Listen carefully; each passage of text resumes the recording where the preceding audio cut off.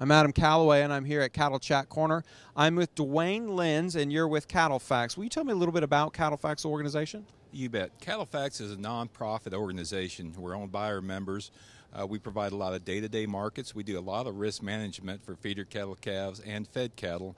We track the markets. We do some consulting. We have the world's or the nation's largest private database for cattle industry, and that's provided to us by our members. If you're a member of CattleFax, you provide us your data.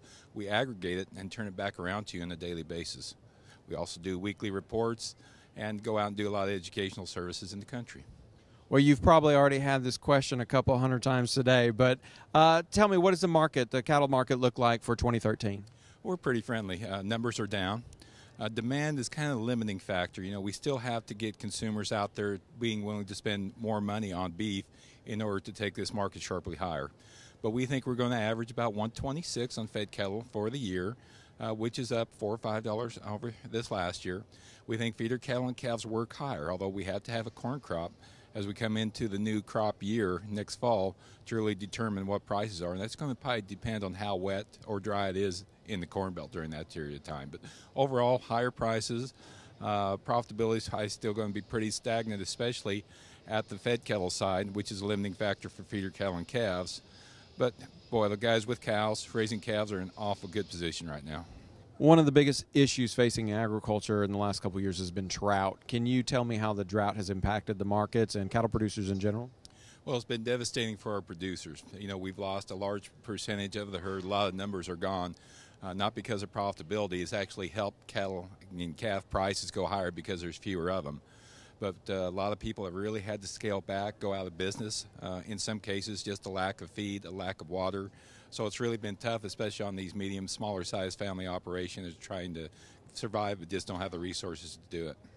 How is drought or the effects of the drought going to impact us as we move into the future?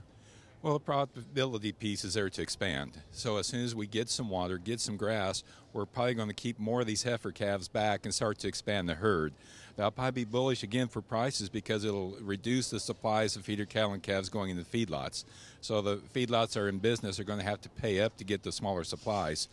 Now in 2 or 3 years, though, from once we start expanding, then we'll probably change that cycle around to where there's more cattle out there, and that'll probably mean at least a modest decline in prices for feeder cattle and calves. So that's, you know, at least 2 or 3 years down the road. One of the questions we always ask everybody here in Cattle Chat Corner is to talk a little bit about if you had one thing you could tell the entire world about agriculture, the industry as a whole, what would you tell them? Oh, it's a great industry, great people out there, all kinds of opportunities. You know, especially for younger people coming up, there's not a lot of them in it. There's going to be tremendous world of opportunities for these young people to come in, get involved in a ranching feedlot operation and move forward, because the world's always going to need protein, going to need more protein, going to need the beef. And if you're out there and can do it, you're going to be blessed. Well, thank you, Duane, for coming by Cattle Chat Corner. I'm Adam Calaway, and we'll be right back.